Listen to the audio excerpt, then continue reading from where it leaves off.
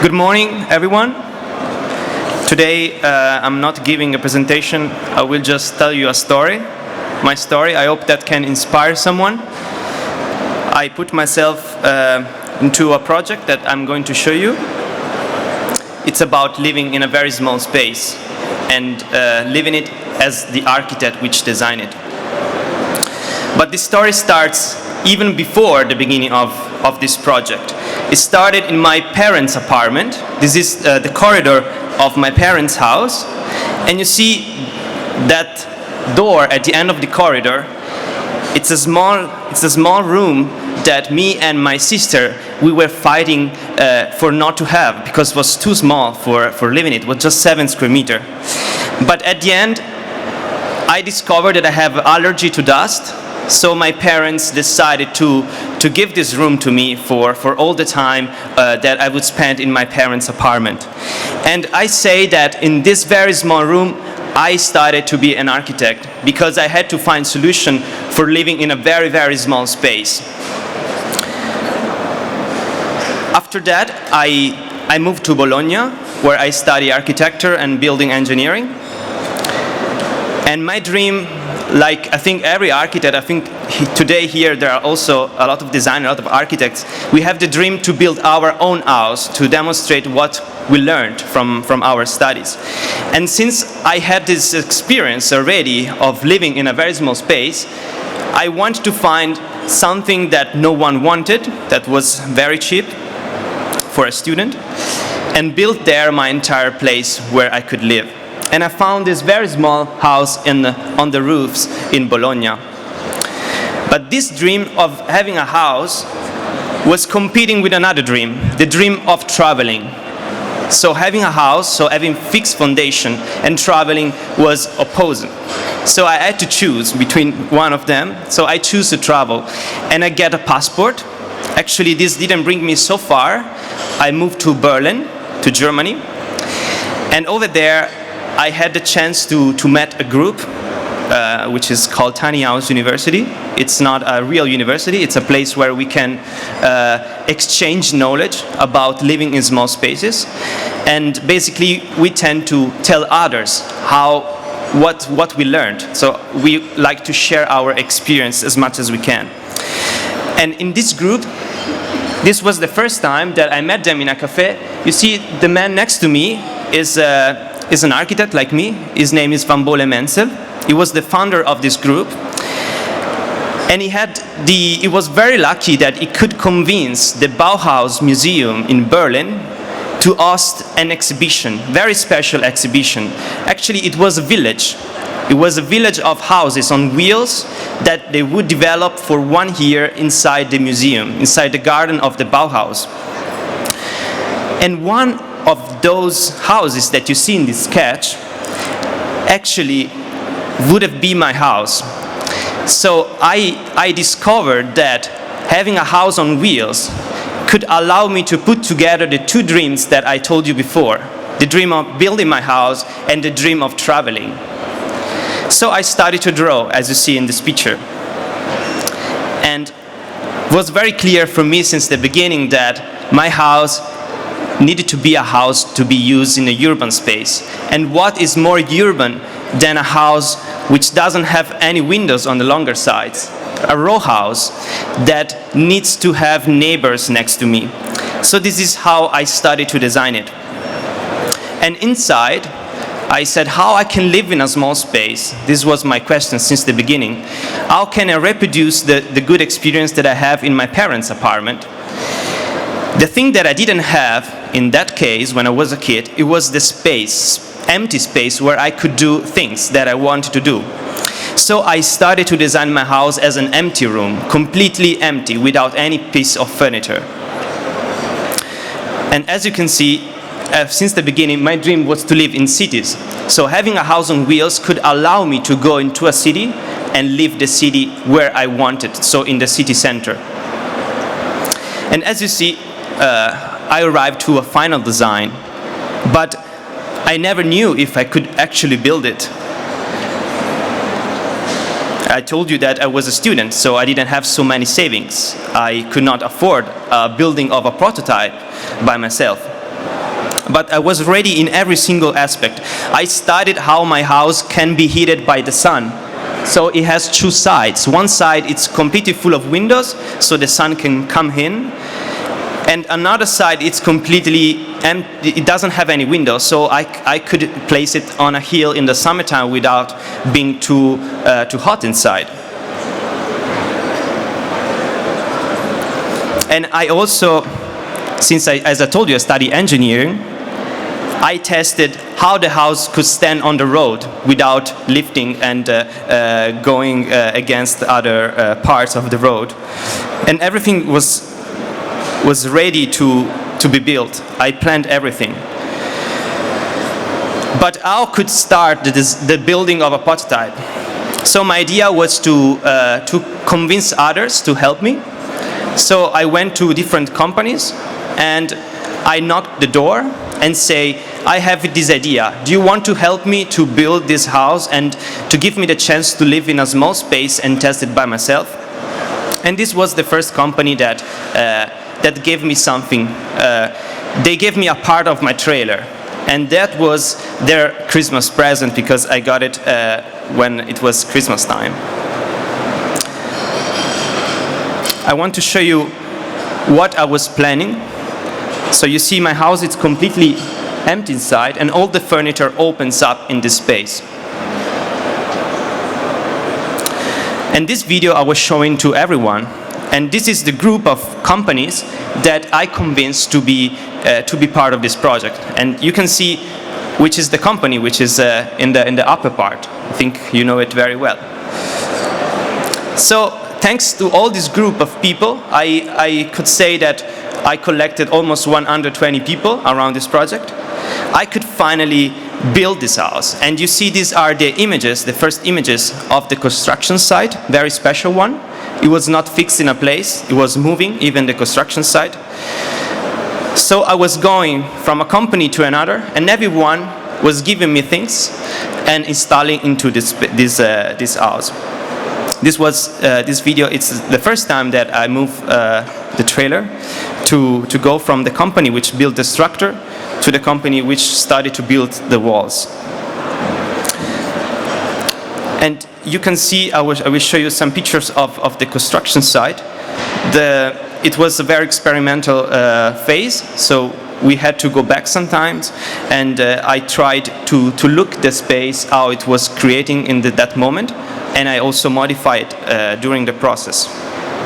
You probably recognize this piece. It's a part of my foldable bed. I also had to modify the hinges to make it fit in my small space. And at the end, I finally got to the complete house. This was the last travel before presenting it in Italy. I was going to install the metal covering on it. And as you can see, the house can be moved by a car. So finally my house was completed, and I could arrive to the Bauhaus Museum, the exhibition I told you about before, and started to experience this first attempt to create a city which is on wheels. And you see, these are my colleagues that have other houses like mine. So we are a collective. As I told you, it's called Tiny House University. And the aim of this project was not the design of the single house, but the experiment of a new way of creating a city. So how to use spaces in cities which are not in use with houses on wheels. But I want to also give you some insight of what I have inside my house. You see, it's a completely gray, empty room, and all the furniture, it's hidden inside the walls. So you enter in the empty room and you start to open. And more you open this house, more you will see the wood material. So it's less gray, more you use it. More you open the things, more the empty space becomes a home. Your home, it gives the home feeling. And you already saw that I have a kitchen, I have a bedroom, I have a toilet, and I also have a ladder, as you can see, to reach my favorite spot, which is a terrace. But actually, I don't want to show you too much because thanks to Häfele, this house, it's here, it's Interzum, very close to this stand outside. So I would like to invite you to see all the details over there. So this dream of a young student after university became something more. It became a research for me. It became a topic to study. So I want, as an architect, as a designer, I would like in my life to understand how we can shrink our living space without losing the quality, without compromising the quality of our life. And I decided to go for a 9 square meter apartment because you have to know that in Italy it's not legal to have a bedroom which is smaller than 9 square meters. And I want to demonstrate to everyone that with that space you could actually do more. I can have a toilet and I can have a kitchen. Of course, you need to think a lot about the design. You cannot apply traditional design. So I'm focusing my project on 2 different fields. One is micro apartment, so how my house can be used to create a prototype of a very small apartment. For example, for new residential project. Or, I think more interesting, to reuse buildings which are not in use. We already know that the typical hotel model, it doesn't work anymore. We have so many abandoned hotels in Italy that are not in use. I would like to convince one of the owner of these hotels to create a co-living house for young people in my hometown and to convert all the rooms of this hotel into houses for young people. And the second one is it's the real house on wheels. So how can we create tiny house neighborhoods? I call them migratory neighborhoods. So neighborhoods that are always going around the same city. For example, they can develop on roofs or occupying city places in cities which are not in use. This is Berlin. You can, if you know Berlin, you will see on the background Central Station, and just 100 meters from Central Station there's a completely empty lot where tiny houses can occupy it for a certain period of time and create a migratory neighborhood, as I call it. Or in the winter time they could develop in parks because they are too cold to be used. And then in the summertime going to the schools because are closed. I know that students always hate me when I tell them that they should live in schools in the summertime. And the first prototype of this kind of neighborhood was actually the Bauhaus campus in Berlin. You see, there's not a big difference from the sketch to the real exhibition. But how to convince the people that my research has a value? I could say to everyone that it's possible to live in a tiny house, but it's even more convincing if I say that I'm living in a tiny house, that I'm testing it by myself. So I started a program. I call it Test Living, and it gives me the chance to understand from living in my tiny house all the things how to improve it, how to improve the life in a small space. And I also host talks, so I invite people to test my house and tell to others their reactions. So I said I will live in my house for at least 12 months, and for each month I will decide to develop a different topic.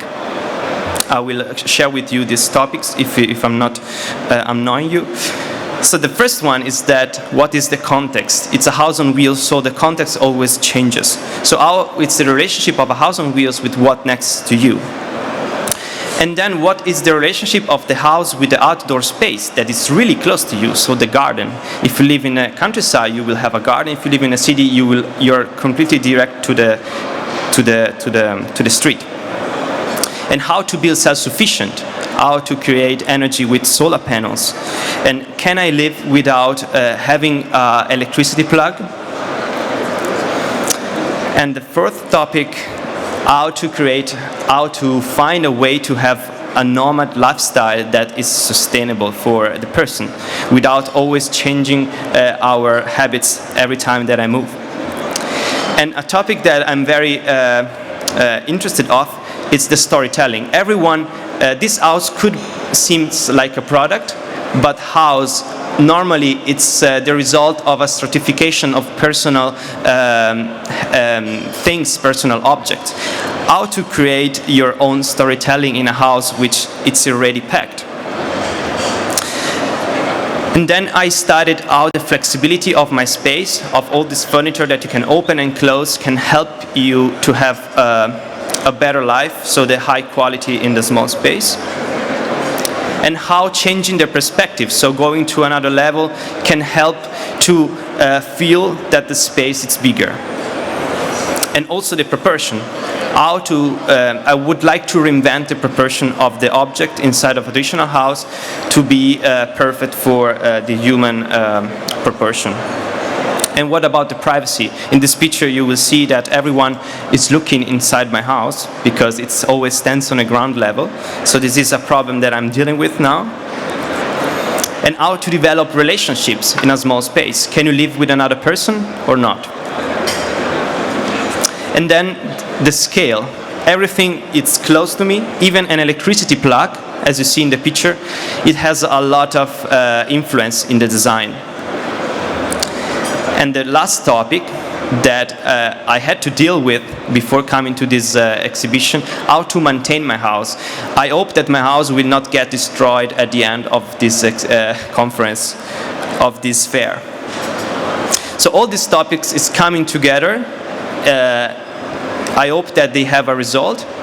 I would like to build another prototype, to go further, build the tiny house number 2. And to promote this new project, I decided to create a tour. So I moved my house in different places to show it to another 2 people and to collect ideas from everyone. So I'm very happy if you come and to my tiny house and tell me what you think I could improve and how you could help me to do this project together. So I moved into 16 different locations in 6 months. I traveled for almost 8,000 kilometers. I was going through the Alps. I went on the beach in Italy. I was living in Tuscany on a hill. This is Milano for the design week. A lot of you already saw my tiny house next year. This is Maxi Museum in Rome. So I found a lot of chances to interact with people and show to them my house. This is a school that came in Rome to do a workshop with me. So every place where I went, my aim was to open my house to everyone that wanted to know more about tiny living. And after all this travel, finally the house arrived to Interzum. So you will find it here if you're interested to see it. So I created a plan so you know the way to find me. It's between the 7th and 8th pavilion, just in the back here, outside. And every day you can come in these 4 days and have a chat with me. And you can open all the things and I will show you how I live in this space. And I would like to, I hope that this house can be a demonstration of your motto. I know that your motto is more life per square meter. In my case, it's 9 square meter. Maybe we can do even in a smaller space. So thank you so much. I hope that this fair will be successful for everyone. So thank you so much. And if you're interested to know more about my tiny living, I always report about living inside my house on Instagram. So you can see how I cook, how I sleep, how I do things in a small space. If you have any question, you can ask me. I'm very happy to answer. And do you have any question? Okay, it was very clear. So thank you so much. Thank you, Peter, for inviting me, and to all Häfele, to Mrs. Tirer. too. Thank you so much. Grazie mille per l'invito. Enjoy this morning and all these 4 days. Thank you so much.